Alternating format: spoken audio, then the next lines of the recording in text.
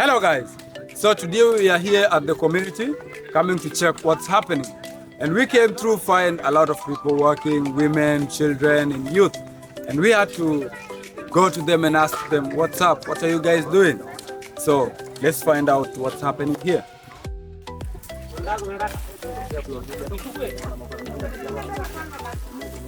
By the name we Hussein Molu, a supervisor of community Kakuma. This road is called TMC Road.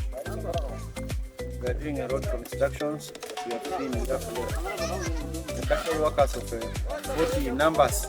So the work started yesterday and it continues for the whole of this week. So far we are finished this side and the work is going well. Ninasema hii kazi nzuri, kama nataka kujeni fanyeni.